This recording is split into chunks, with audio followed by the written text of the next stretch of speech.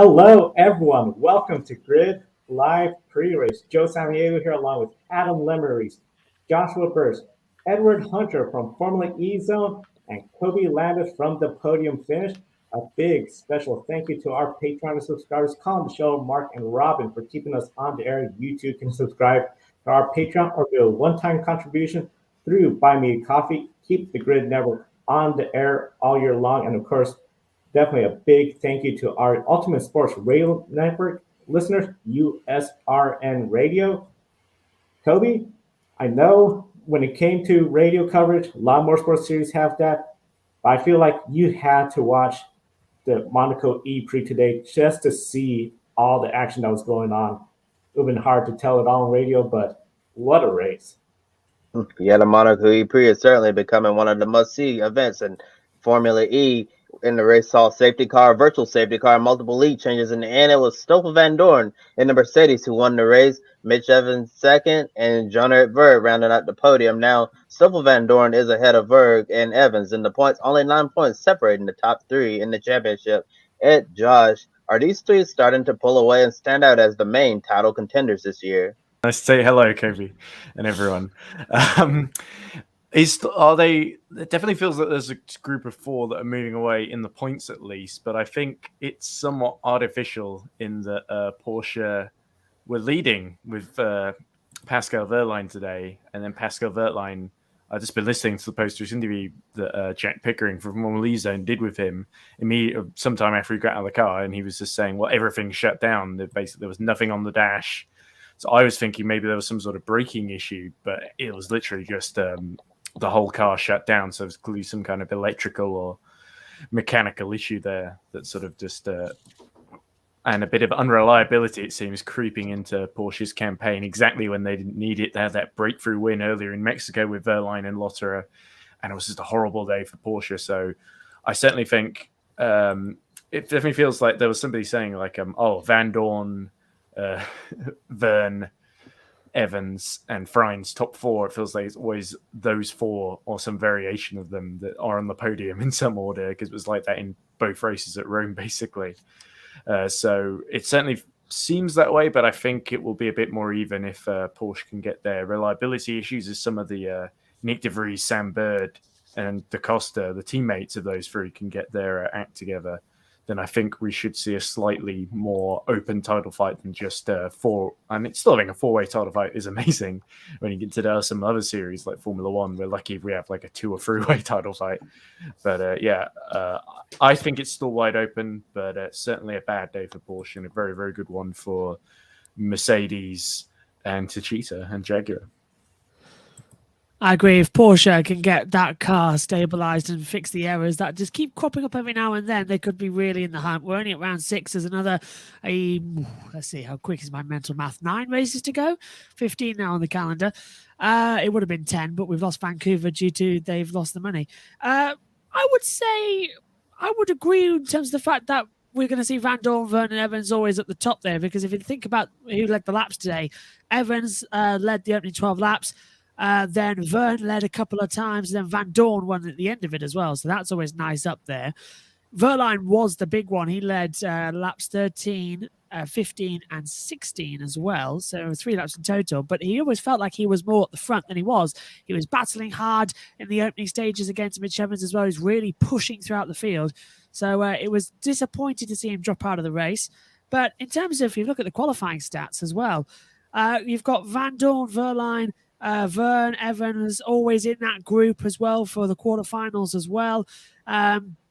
It was a miracle that we've seen some of the other guys further back. I mean, Bird had a 3-place grid penalty, but should have started 9th on the grid. That was a poor performance from him because the car wasn't right. He didn't like the track, which is surprising because he's won here before. Look at other Mortara. Where was he this weekend? He was getting into scrapes with everybody as well. He hit the back of Dan Tinctum, I believe, at one point as well at the Nivelle chicane. It was a mess all over for some of the guys who were quite up there in the championship. And now, after 6 races, we've had 5 different winners.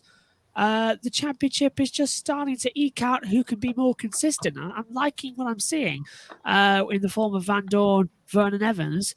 as being the consistent drivers.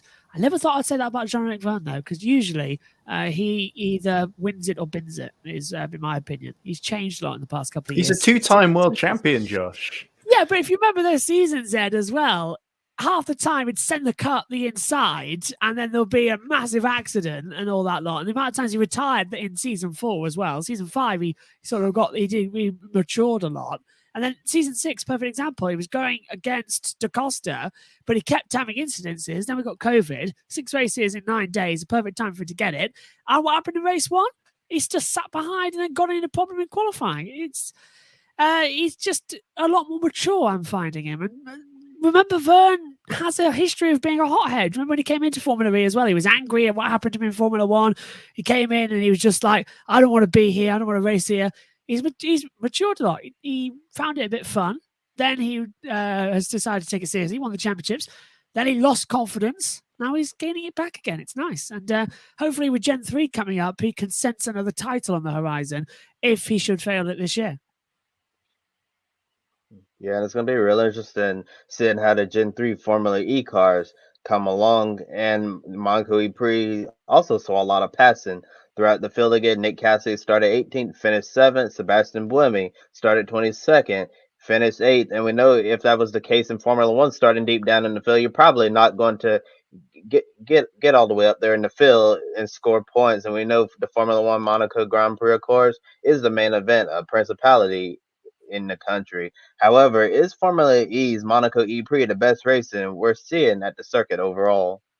I want to stop Ed before he says about the historic racing, because we know they're great, but that's not a world championship. That's like the good revival meeting. We all love that. So discount the historics, because that is some great racing. In terms of Monaco F1 and Monaco E Prix, and even counting in the Formula 2 races we have as well, I have never enjoyed a race more at Monaco than the 2 we've seen in Formula E in the past 2 years. This track really works with Formula E cars. I'm sure Ed might agree when he gets his turn in a second that for the first 10 minutes or so in the race, I was stood in the comment box thinking, this is a bit follow me leader, nothing's happening. And then all of a sudden, it literally exploded and everything started happening all at once. So I like that Formula E has that ability to bring out the best in Monaco. We were seeing moves, again, like last year, up Saint-Devote and Beau Rivage up towards the top of Massenet. It was just, once again, close racing, hard racing, proving that for Monaco, ideally, you need a shorter car wheelbase. And I can't understand why Formula 1 don't have a separate car for Monaco. If you want to keep it on the calendar, why isn't there a shorter car that we could have for this race? INDYCAR has an oval car and a road course car. They don't run the road courses at Indianapolis 500, do they? Because it wouldn't work. If this is a legendary race, change the concept of the cars, make them shorter, bring in narrower tires, just reduce the width, have a special one-off car with the same engine, same air, everything, but just make it smaller for the race. And I think we'd have a great one. But I think this is some of the best racing we've seen at Monaco in years. And I personally think Formula E has saved the Monaco circuit because I think it's giving people a different idea of what to expect from this track. It's just what we need, an excuse for Formula 1 teams to spend more money, Josh, in the cost cap era. Well, to be fair, they're going to do it anyway, aren't they? We look at Ferrari already. Yeah, I know what you mean. But yeah, I think I remember thinking in those early laps, you were going, oh, it's a bit dull, isn't it? And part of that was the local TV direction that only tends to focus on the leaders for several laps. And I think another part of it was that it was just everyone was sort of settling in, and it's always the way that the Formula E race, they tend to settle down a bit, and then once attack mode opens up, someone at the back will go for it, and then everyone else will respond, just like in a pit stop when someone undercuts them, gets some fresh tires on, starts setting the timing screens alight, and everyone reacts to that. So, or doesn't, again, saves it for later, as might be the case on occasion. And yeah, it was very enjoyable. Bit of back and forth, and it definitely felt like it was basically a four-way fight for the win. And there was a little bit of Pascal Wehrlein's retirement, unfortunately, sort of dictated a little bit how the race went. And I'm sure we'll talk a little bit about some of the runners and riders in the race. But certainly, it's great now that it's a permanent fixture on the calendar, because Monaco, of course, used to be a sort of every other year because of the F1 schedule and the historics that Josh mentioned earlier. Not that I want to go on about the historics, but I just meant in terms of scheduling that they couldn't fit Formula E in every year. So it was sort of the odd numbered years, I think, or the odd numbered season at least, that got Formula E rather got to go there. And it was on the abridged layout because John Todd, who was the FIA president at the time, had a big thing about he didn't want Formula E being compared to Formula One. And I think it was just a bit out of touch, really, because it's been so much better since they moved to the proper layout, but where we don't have this really narrow tight first corner that always causes incident. We did see one today, of course, between Lotterer and Roland, wasn't it? Yeah. Where both of them retired. But for the most part, there's a little bit more space for overtakes, at least on the big layout, and we see that wonderful sight of cars trying to overtake each other up Beau Rivage. Mitch Evans did it last year, and now we've seen other teams trying it as well. And even with attack mode, it's not an easy move to pull off. So yeah, that's what I liked as well. The fact that attack mode didn't feel like DRS today. Didn't feel like everybody had an advantage at different times. It was pretty much, it was like, we knew it was there, but it wasn't a big factor. The overtake, it gave them the opportunity to overtake, but the drivers still had to then find the position to overtake. And that's what I like to see. That's great racing. We shouldn't have artificial aids to make the overtake happen, give them the opportunity to do it, and let the drivers show their skill, which I thought today really worked. And the attack mode, I think, is in just the right place as well, the exit of Casino Square down towards Mirabeau, because I can't really think it working anywhere else. You could say you could put it in the tunnel, but then again, all the marbles at the end there. Well, you can't use the tunnel, Josh. That was the main overtaking spot they were using. It was, wasn't it? Around the outside, then it became the inside into the tunnel, and then the outside for the Nouveau Chicane. So they've got this track and all the ingredients spot on, finally. And I think also we were all a bit worried that last year we were raving because what Jack Nicholls dubbed it, the new Nouveau Chicane last year, which was the very tight switchback, has been changed back to the proper layout this year. We were all worried, it's removed an overtaking spot.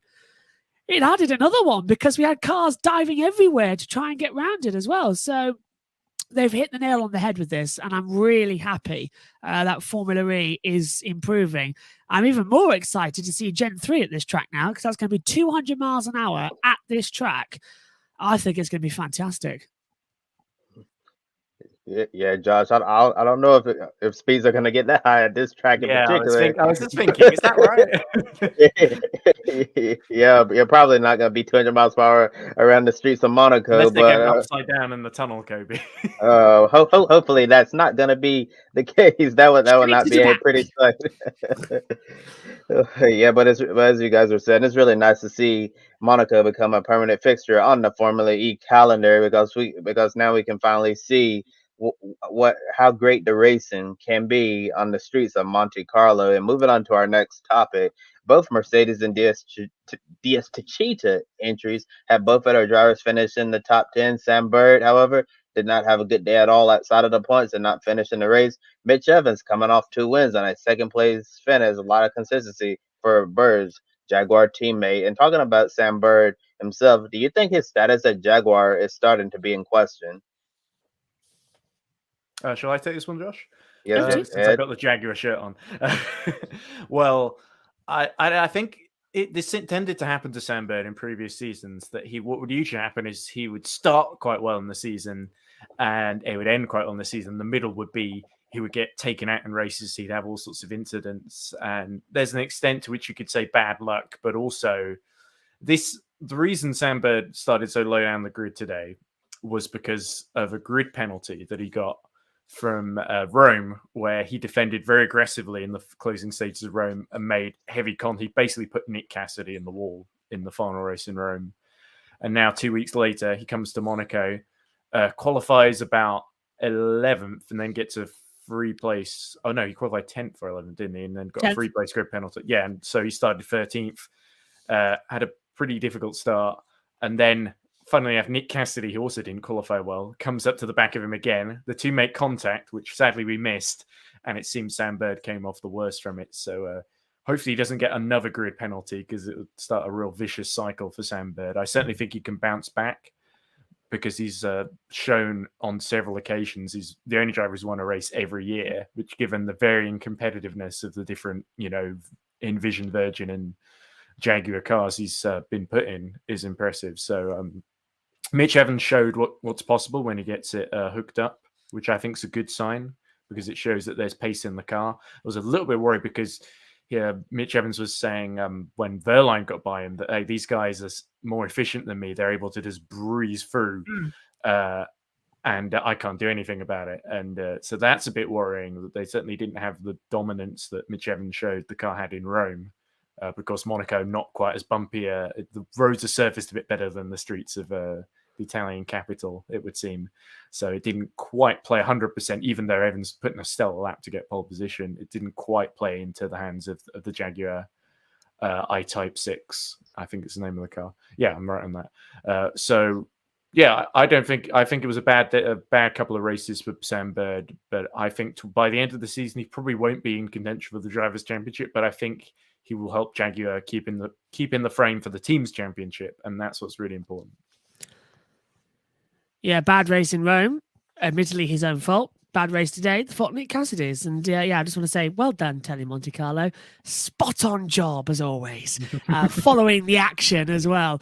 I've never been more on the ball in the commentary box, because it was one of the weirdest TV directions I've ever seen. Something was going on in the background and would cut to the pit lane, or would cut on board with a different car. It felt like the entire race I was being Lance Stroll replayed. It was annoying. We missed the Lotterer in the wall as well. I just spotted that at the back. When the virtual safety car got called as well, Roland nerfed the back of Lotterer, and I just spotted that in time. Honestly, it was so much of a reaction game. It was unbelievable. So I literally left the commentary box sweating. I was dancing around the box so much trying to look at the screen.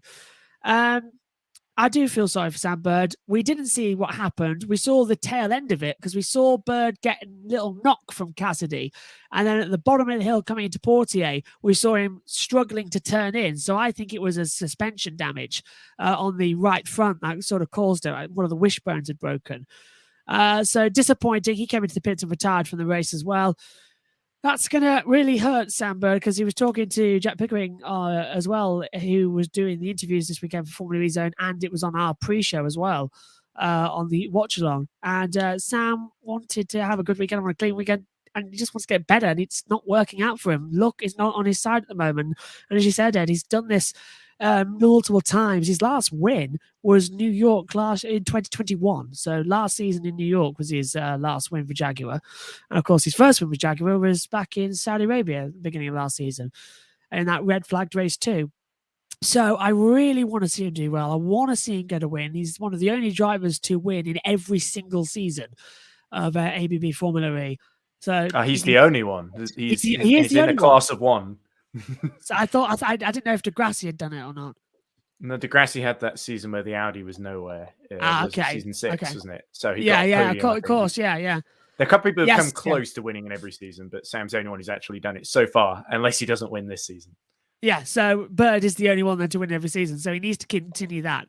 I can't remember. Yeah, Degrassi's last win was, well, that doesn't help because it was this year, wasn't it? No, Berlin 2021. So that doesn't help my little graphic sheet. Yeah, the little graphic sheet I create doesn't help me there. But anyway, yeah, I want to see him win at least once this year. And in terms of is his position Jaguar in question? I would say yeah. If I was James Barkley, wouldn't you be worried that your star driver's not performing well? And there'd be all eyes shifting to Mitch Evans, who took pole position today, won 2 races in Rome, and is now up there in the title hopes. Sam is going to have to play a reserve character in a team he went to become the leader after all that problem at Virgin Envision that he became as well. So I don't think Sam's going to take to that too well, playing number 2 in a team he clearly wants to be team owner. Team owner? What? Team leader. I mean, he doesn't have that much money, Josh.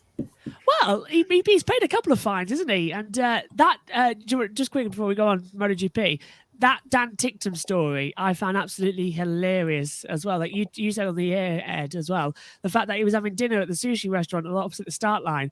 Hazel Southwell put a tweet out that one of the driver's Ferraris was getting towed, and he realised it was his Ferrari getting towed from the car park at Raskas. So I think Ed, he did manage to get it back, didn't he, without having to pay a fine? He did, yes. He posted a big story with him next to the car saying, it's okay, I stopped them impounding it, basically. It reminded me of that old Simpsons thing where Homer is Mr. Burns' assistant. And it's like, here's your messages. You have 30 minutes to move your car. Yeah. I know where you're going. You have 10 minutes to move your car. Your car's been impounded. Your car's been crushed into a cube. You have 20 minutes to move your cube. I remember that episode very, very well. I think Dan Ticktum is lucky he's got better assistants than Mr. Burns does. I just want to say also, Hazel, I hope she's okay as well, because she did put a tweet out also that she had a epileptic fit. So I hope she's okay. She did have a health scare and they wouldn't let her leave her hospital. So hopefully she did get to enjoy the race. So, I hope she did, yeah. So hope you're all right, Hazel, as well, and speak to you soon, I suppose. Definitely, we're thinking of Hazel, wishing her the best. Ed, thank you so much for joining us for Formula E coverage, and we encourage all our viewers, be sure to visit Formula E Zone for all the latest in Formula E. I know you're all going to have post-race interviews up on your YouTube channel, so we encourage everyone to click on the link below, subscribe to Formula E Zone. And also, along with well wishes to Hazel, well wishes to Jessica, who is usually here with us, unable to make the show today. We're thinking of her and her family during this weekend, and looking forward to sending our best wishes to Jessica, who, of course, Jessica's here. That means we're talking MotoGP.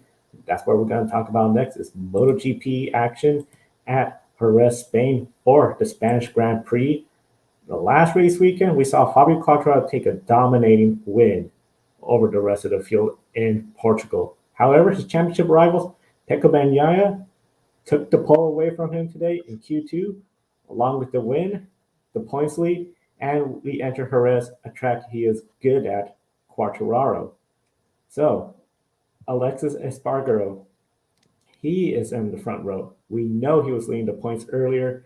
He wants to get that points lead back. The Aprilia looking great, and we've been talking about the European leg being where we see the teams come towards the front.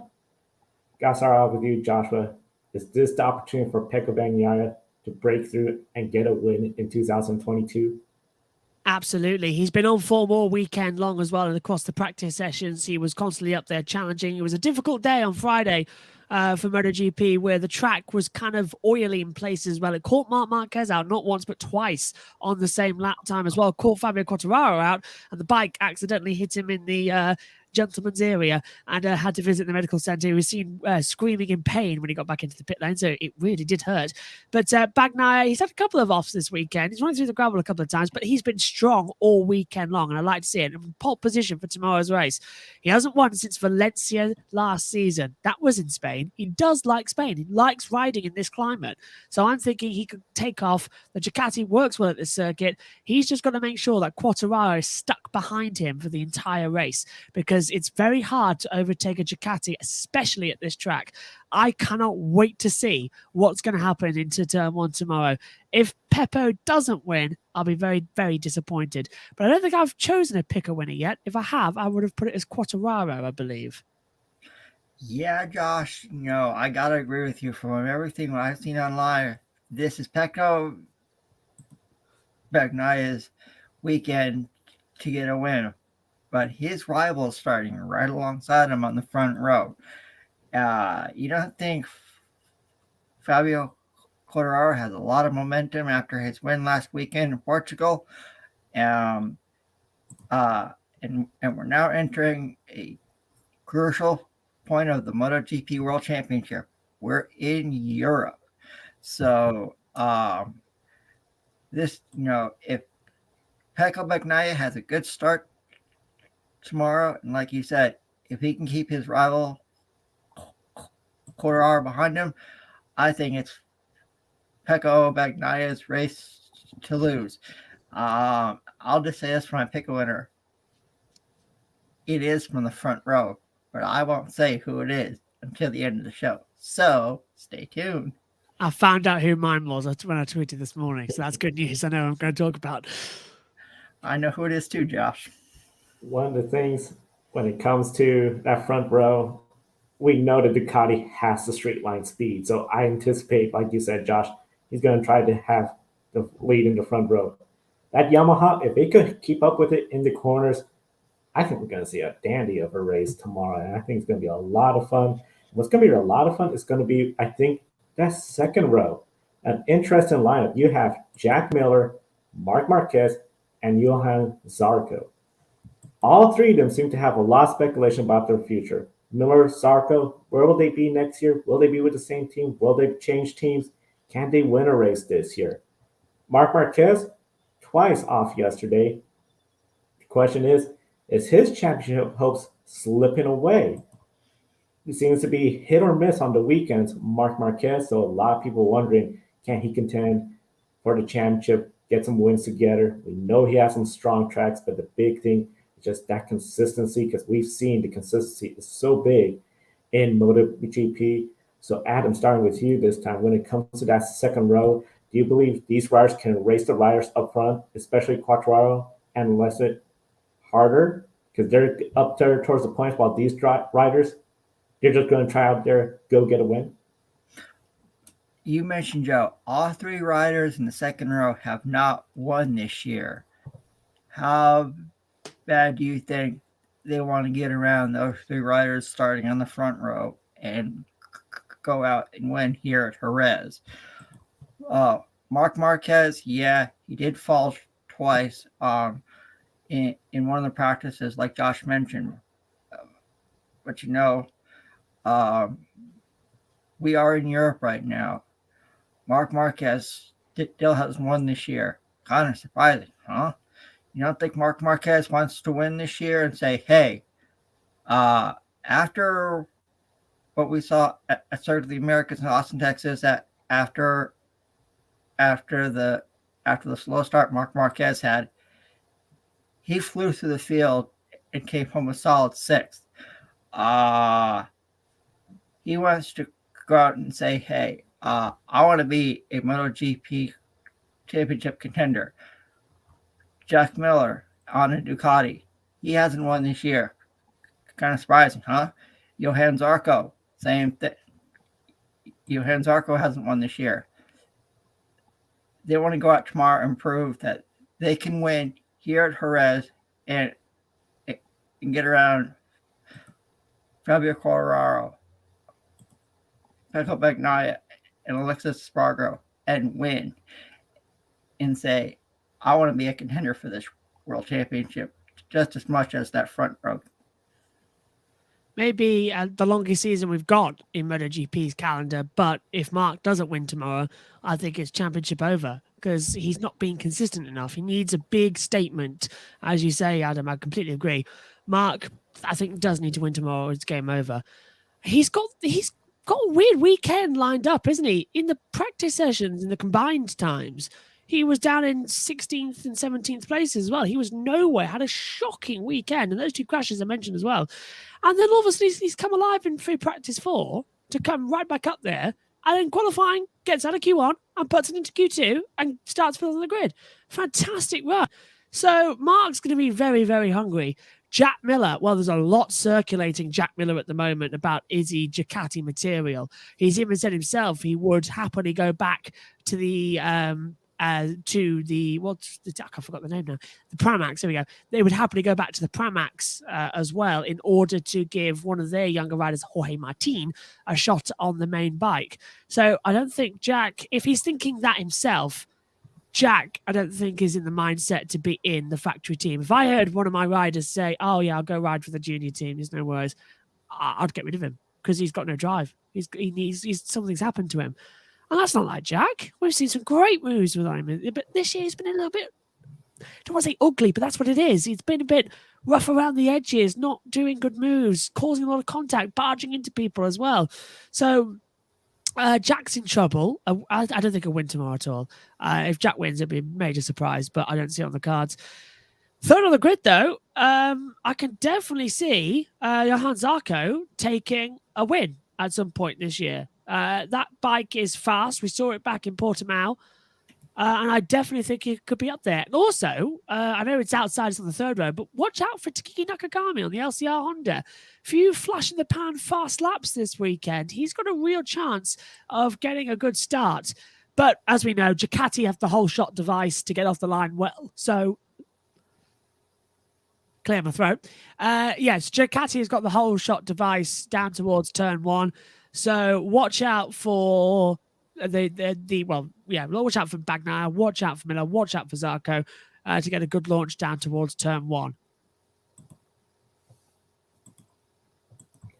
Good launch down turn 1. I think that's going to be a very interesting first lap, first corner. And it's going to be really interesting. Of course, we're going to recap the race tomorrow on Grid Live Wrap Up, plus the INDYCAR, NASCAR, and Supercars Series, the remaining 2 races on the program, and an updated grid ranking. Josh, we want to thank you as always for coming on our show, and we want to wish your sister Megan a very happy birthday from everyone here at Grid Network. So, with that being said, it's now time for you to give your it's now time for you to do your pick a winner.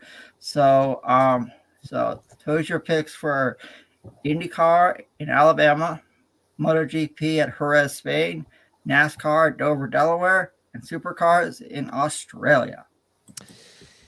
Supercars Australia, I'll stick with Shane Van Gisbergen, and in INDYCAR, I'll stick with Kyle Busch because eventually I've got to be right. Actually, no, for NASCAR, I'll go with Bubba Wallace. I've just got a good feeling. I woke up thinking this morning, could have a good one. For INDYCAR, I think Colton Herta is going to do really well. But I've got to go with Scott McLaughlin at the Penske. They've been very dominant so far this year. I would have gone Newgarden, but something's just tickling me wrong with him in the practice session. So no. For MotoGP, I'll go Fabio Quartararo. We might contradict what I said about Bagnaia, but I think Quartararo has shown this weekend and in the past that when it comes to passing Ducatis, he's an expert at it. So so for MotoGP, Quartararo, I'll stick with my usuals for everything else, really. That would be something else if Bubba Wallace could get a win at Dover. I think it'll be huge. And we'll be talking about NASCAR a little bit, but first, INDYCAR, because we know qualifying is in about 25 minutes. Didn't know that. Yeah. Oh, I go.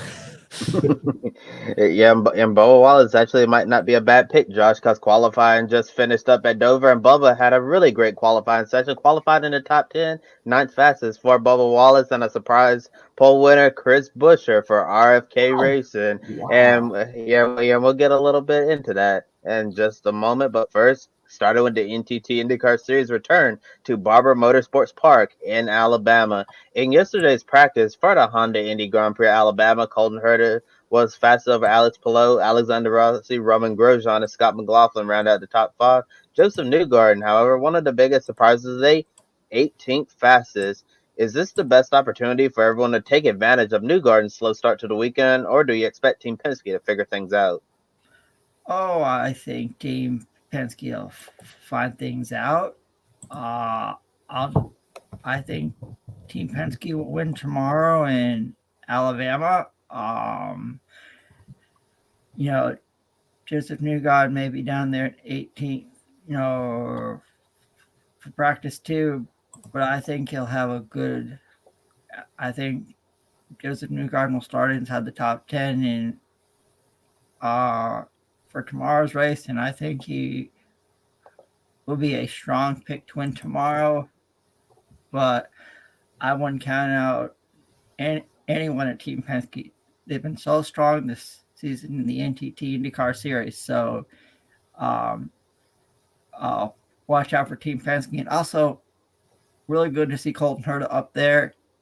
He could be a surprise wild card pick at Andretti Autosports to steal a win away from Team Penske in Alabama. When it comes to Alabama, I think this is the weekend for everyone to try to beat the Penskes, because Penske in that first practice, they didn't seem up there. We saw Scott McLaughlin had speed in that second practice, but the big thing, this track, there's a lot of drivers that feel really good and comfortable at this track. Alex Palou, he won here last year. Colton Herta, as you mentioned, and very fast.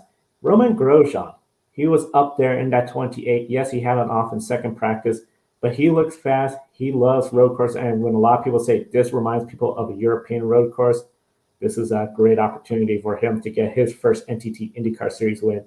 I see this race where while Newgarden, if he's not towards the front, you better be up front because it's not often Team Penske is going to be towards the back.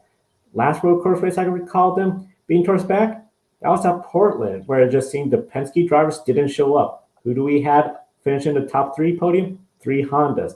Palou, we have Rossi, and Scott Dixon. Those are three names I can see up front this weekend. I think this is going to be Honda's opportunity to end Penske winning streak, and you're going to see another team, not a Penske, on the top step of the podium. Potentially no Penske in the top three, I predict. So, well, Joe, I think there's still plenty of time for Team Penske to figure things out. We have IndyCar qualifying coming up very, very soon. I believe about 20 minutes time, and we'll see if Team Penske was able to learn from the practice session. They looked a lot better this morning. I'll definitely say that. Maybe a few more adjustments, and we'll see Newgarden get up there. Team Penske has a lot riding on the line to begin this season, trying to keep their 100% win rate alive. And Joseph Newgarden is going for 3 wins in a row after winning at Texas and Long Beach. Newgarden's definitely trying to keep Team Penske in the winner circle. Penske perfect, I should say, to start off the 2022 season. And second practice finished up earlier today. Renus VK was fastest. Alexander Rossi lost it and made hard impact, damaging the back of the car. But he was very confident the team could repair it before qualifying coming up soon, and said he had a really good car. And speaking of Rossi, there's a lot of rumors about where he'll end up in 2023. Will he stay with Andretti Autosport or potentially sign with Arrow McLaren SP, as been reported by Jenna Fryer from the Associated Press? Alexander Rossi, hard to believe, his last IndyCar victory was in 2019 at Road America. Do you think Rossi needs to put together a list of strong results and wins this season to show he's still a top tier IndyCar driver, or does the experience he have, is that worth the value? He has experience that is definitely added value if for any team going after him. However, for Alexander Rossi to really say, hey, I'm worthy of a top ride, I do think he needs to get a couple wins, be up there towards the top of the championship standings. As you mentioned, 2019, the last time he won at Road America. That is quite some time ago. Yes, we had the pandemic where things changed. Then we have 2021 where he had some great runs, but still we see mistakes from him, including today, losing it, going out, damaging the back end. So overall, I feel if he wants to make the case that he is worthy of the top right, it will help him out a lot if he could get wins and top runs. Yes, the name experience he brings when it comes to racing will be a great value to the team. He has the name recognition. He has the amount of fans. I think that'd be great for a team, the marketing, trying to get sponsors. But you got to start wondering, especially when you have younger drivers coming up the ranks. You got drivers like Kyle Kirkwood, who is a rookie season. He's with AJ Foyt Racing. He's putting on some good races. And let's not forget, top 10 in both practice sessions, Callum Ilott with Yumco's Racing. He could really make a case that, hey, I could go out there, win races. Look what I'm doing with this mid-pack team or backmarker team. So I think for Rossi to ensure a top ride, go out there, get some wins. That's the best bang for the buck when a team comes looking. Joe, I completely agree with you. Last couple of years, Alexander Rossi really hasn't had a lot of success. If he wants to be a true contender for this NTT IndyCar Series Championship, he's going to have to go out there starting this weekend in Alabama and be consistent. Start up front and have at least a top 10 qualifying spot and have a good solid race tomorrow. Otherwise, I don't think he'll be a contender for the championship. He hasn't had a lot of success the last couple of years. And you mentioned those young drivers. Alexander Rossi better start to have success, or one of those young drivers could take his seat at Andretti Autosport within the next couple of years. It's going to be interesting. Alexander Rossi, if you don't do good this year, your ride could be in jeopardy. Well, Adam, I think regardless of how this season goes for Alexander Rossi, I still believe he'll probably be one of the top free agents available. I think a top team will try to sign him no matter how it goes. Yeah, Rossi hasn't really been great the last couple of years. A lot of bad luck and mistakes we never thought we'd see Alexander Rossi make. I remember 2019, we're thinking, he's one of the top IndyCar drivers on the circuit. But since his last win, he's kind of been missing in action in certain aspects. Yes, his experience is very valuable. I still think in a right situation, he'll still show us he's one of the top IndyCar drivers, and we see time and time again when some drivers have been with the team for a while, the relationship just kind of run its course, and sometimes you just really need a change of scenery, and I think that might be for the best with Alexander Rossi at this point. I would be a little surprised if he returns to Andretti Autosport in 2023. I don't know if he'll be driving for Arrow McLaren SP in the third Chevy they have coming along next year that's expected to run full time. But I do think we'll see Alexander Rossi in a different IndyCar ride next season because a change of scenery. I think that driver really needs it. And as we mentioned, qualifying coming up soon, 1 p.m. Eastern time. Colton Herta looking very fast. Honda having more pace this weekend. It doesn't look like a Penske car will be dominated if we're going by the practice feeds we've seen so far. So here's my question. Which Honda drivers are most likely to be the top contenders? Well, you take a look at the screen. Colton Herta is third for Andretti Autosport. Romain Grosjean is fifth. And Scott Dixon is eighth. I think those are the three top Honda drivers that could knock off Team Penske this weekend and contend for the win. Colton Herta has been strong in practice, so like I mentioned earlier, you want to pick other than Team Penske that can win tomorrow in Alabama. Colton Herta for Andretti Autosport could get the job done and get around Team Penske at Barber Motorsports Park in Alabama. Colton Herta, definitely one of the easy favorites, I feel. Roman Grosjean, as you mentioned. But Alex Palou, he's just been quiet all season long, just getting good finishes, being up there towards the front, nothing flashy. Well, he won here last year. I think he's going to become sort of the next Scott Dixon, where he's going to be under the radar, but he's going to get everyone's attention because he'll be towards the front, towards the end of the race, contending for a win, just like Long Beach. He's one of the drivers I'm looking at. And then you look at his teammate, of course, Scott Dixon, Marcus Ericsson. Marcus Ericsson was having a good run at Long Beach until he made contact with the wall. Those are some of the Hondas I see up there towards the front. Especially with Chip Ganassi racing, I see one of those three, where it's Palou, Ericsson, or Dixon getting the win at Alabama this weekend.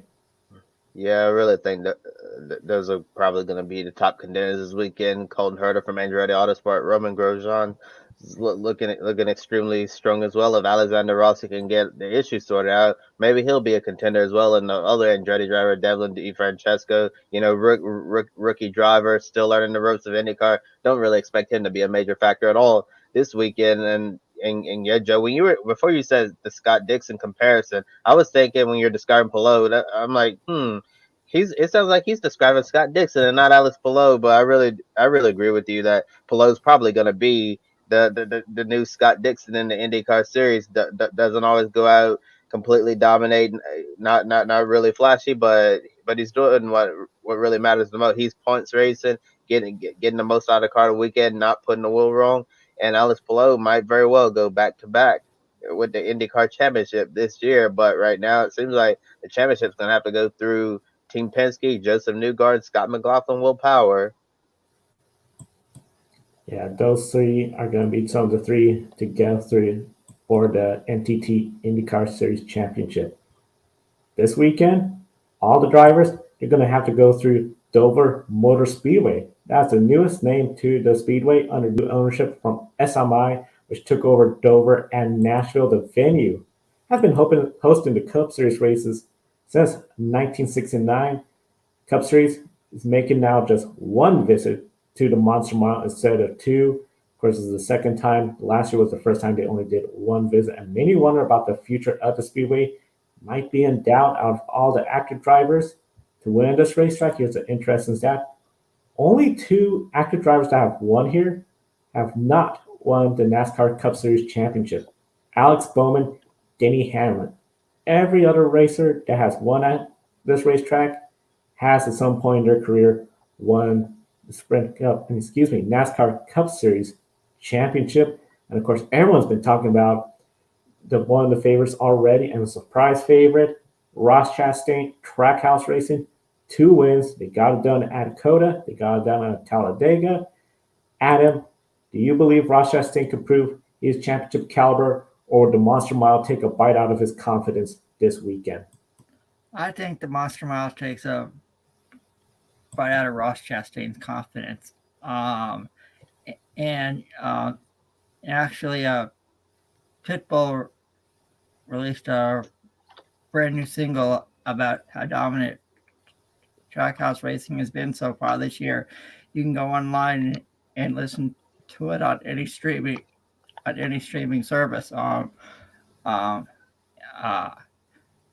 think this weekend you're going to have to get around Hendrick Motorsports to win here at the Monster Mile. And I know we're going to talk about that team in a little bit, but I think this weekend the Monster Mile takes a bite out of Ross Chastain. I think he will have a good solid run, but I don't see him winning at Dover tomorrow.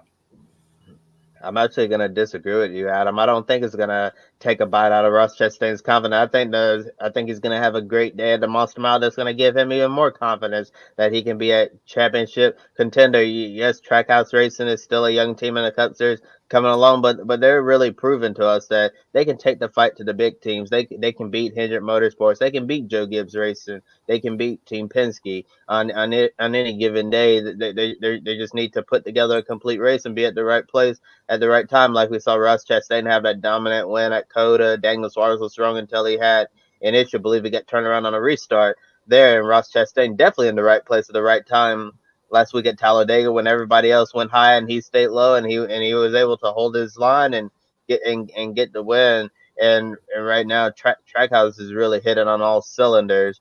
And the results in qualifying just a few moments ago, both Trackhouse Chevys are going to be starting in the top 10. So look for Ross Chastain and Daniel Suarez to try to put together a solid day for both cars. Solid day for both cars, and as Cody mentioned, qualifying is wrapped up. So we'll be getting the starting lineup for you shortly. But of course, as you'll be talking about, Ross Chastain, he's got to go up against last year's race winner, Alex Bowman from Hendrick Motorsports.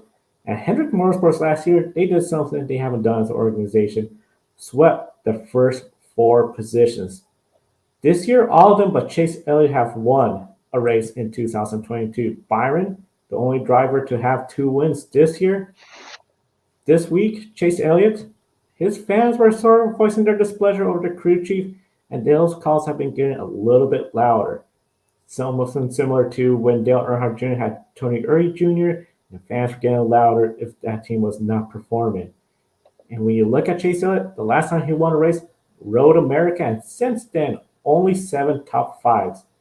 And that counts as 1 top 5 this year, just 1 out of the 10 races so far. So Gobi, we've been talking about Hendrick Motorsports. If another Hendrick Motorsports driver was to win, and it's not Chase Elliott, does Rick Hendrick, Jeff Gordon, and Chad Canal start reevaluating the performance of the number 9, seeing if maybe there needs to be some tweaks made? Not at all, Joe. If you look at your traditional NASCAR point standings, not counting the wins or anything like that, Chase Elliott is actually the points leader right now through all of his consistency. So I don't think Chase Elliott, that number 19, have anything to worry about right now. I know in today's NASCAR, the only thing that really matters are the wins, and just because Chase Elliott hasn't won yet, we think he's not having a good season at all, when actually he's off to one of the best starts of his NASCAR Cup Series career. I think it's only a matter of time before Chase Elliott gets a win. I don't know if it's going to be soon within the next couple of weeks, but I do believe we'll see Chase Elliott get at least one win before the start of the playoffs. And Henry Motorsports is performing well overall, so I would not be concerned about that 9 car as well. They've been very consistent, but they just haven't been able to go over hump and get the win yet. Yeah, Kobe, I agree. Even though Chase Elliott hasn't won this year, he's been very strong. And I think it's just a matter of time before Chase Elliott knocks on the door and gets into victory lane. He's due for a win. You mentioned the last time he won was at Road America on a road course.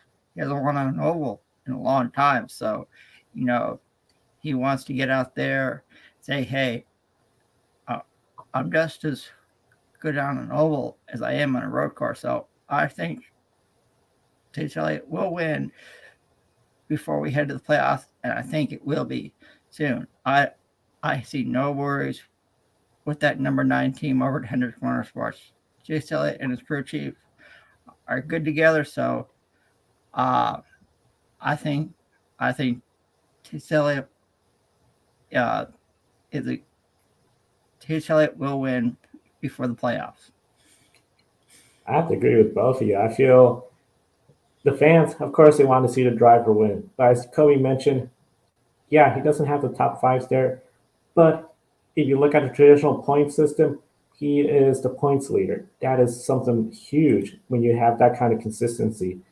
So one of the big things I think we got to look at is the performance he's doing and the consistency. He is starting fourth today. So I think overall, he's over in a good spot. As you can see, the rest of the top starters in Duramax Drydene 400 at the Monster Mile.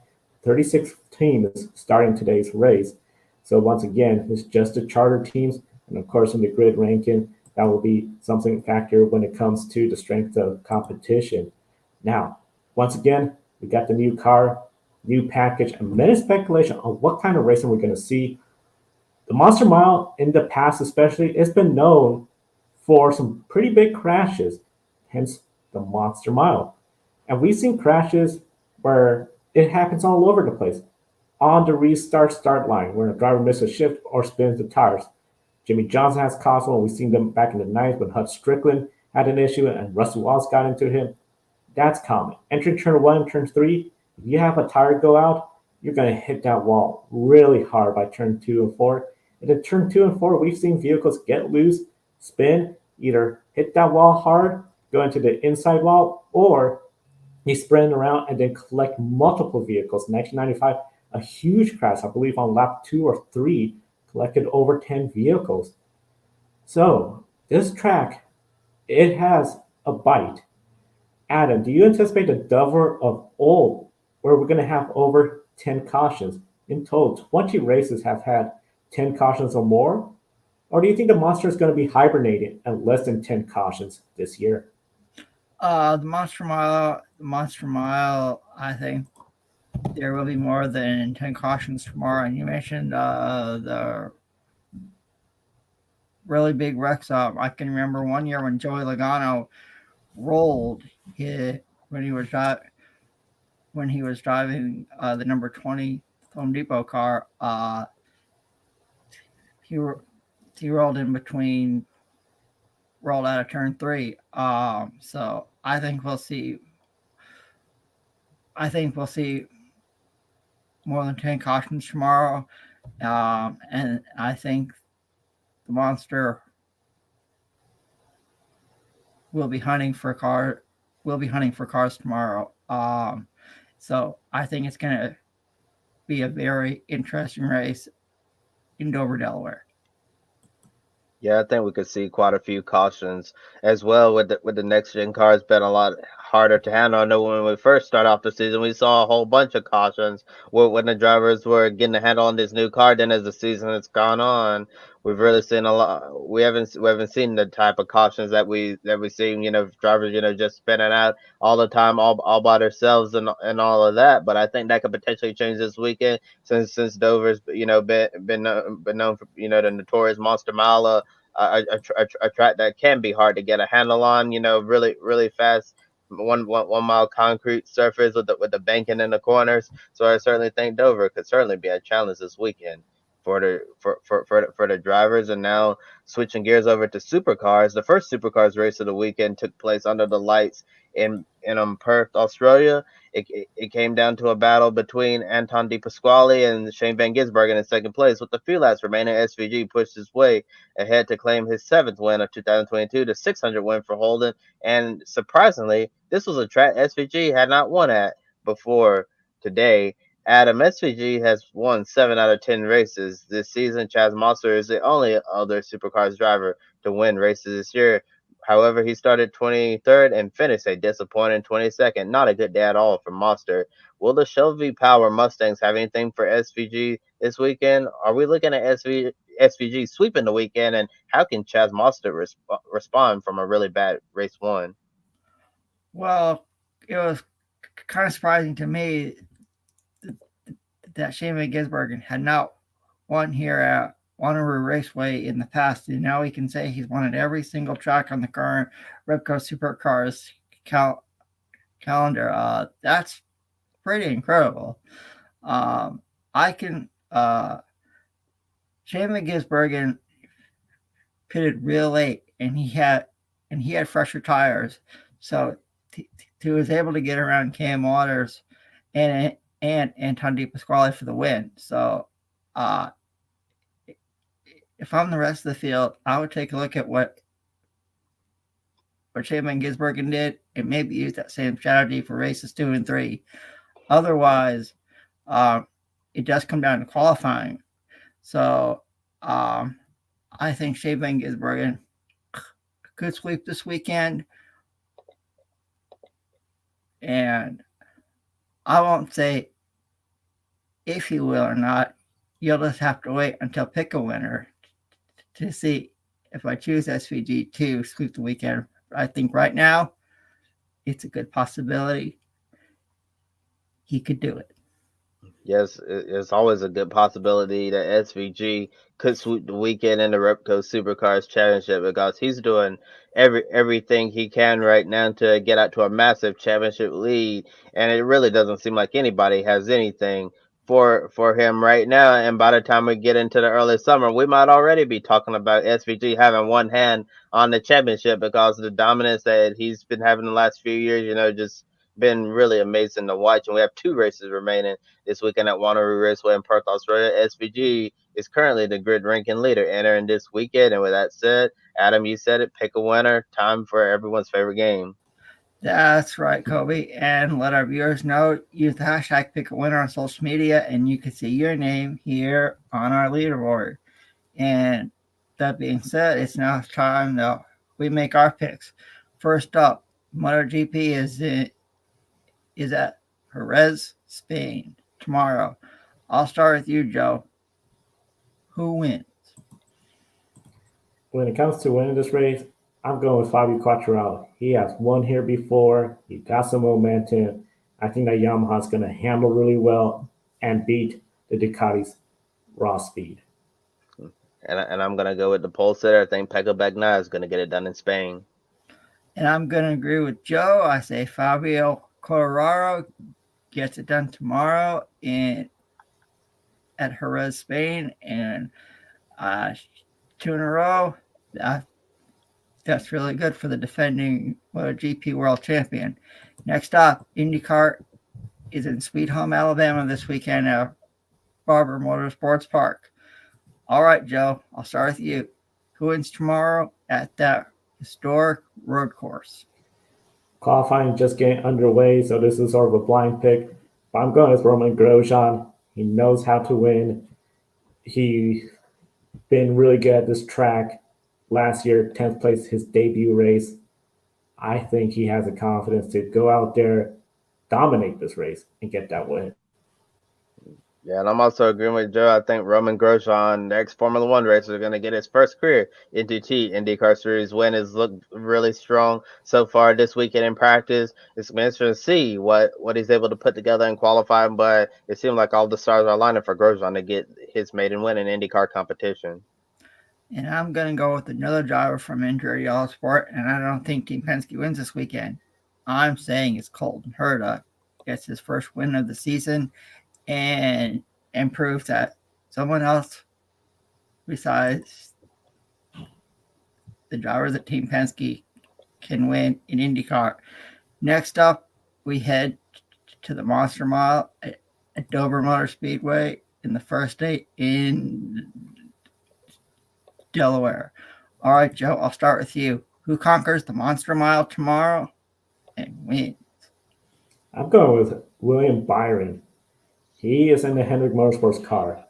He was part, of course, of that sweep. He is going to lead all the Hendrick cars to victory lane. He is going to take another win and I think really prove, hey, don't talk about just Ross Chastain. You got to talk about us when it comes to that championship. William Byron. And you just said my pick a winner, Joe. I think he's going to get his third win of the season, 2 in a row. I think Ross Chastain Trackhouse is going to keep proving all the doubters wrong. That he said we are legitimate. We are going to be contending to be in that championship 4. And I'm going to say another driver from Hendrick Motorsports gets it done tomorrow. I'm going to say the defending race champion, Alex Bowman, gets it done tomorrow on the Monster Mile in Dover, Delaware. Next, we go down under to the country of Australia, where the Repco Supercars Championship is at historic Wanneroo Raceway this weekend. SVG won race 1. So I'll start with you, Joe. Can SVG sweep this weekend in Australia? Yes, he's my pick. Same here. SVG is going to sweep the weekend. When he already won race 1, he's going to get 2 and 3 too. And I'm going to agree with my colleagues. I say SVG sweeps the weekend. And now we head on over to WeatherTech Raceway at Laguna Seca, California, where IMSA is at this weekend. They've been running there for a long time. One of the oldest stops on the schedule. So I'll start with you, Joe. Who wins? I'm going with that 02 Ganassi Racing. I think they're just looking really strong this year and hard to beat. I don't see why they won't get it done this weekend.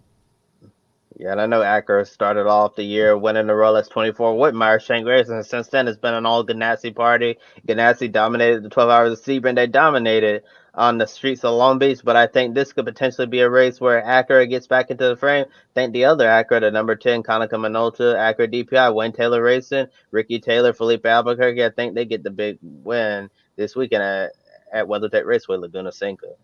And I'm going to say the 01 Cadillac gets it done this weekend at WeatherTech Raceway in Laguna Seca. And you can watch all the action starting at 3 p.m. Eastern on NBC tomorrow afternoon. And with that being said, I'll hand it over to my colleague, Kobe Lambert, as we wrap up another edition of the Pre-Race Show for Saturday afternoon.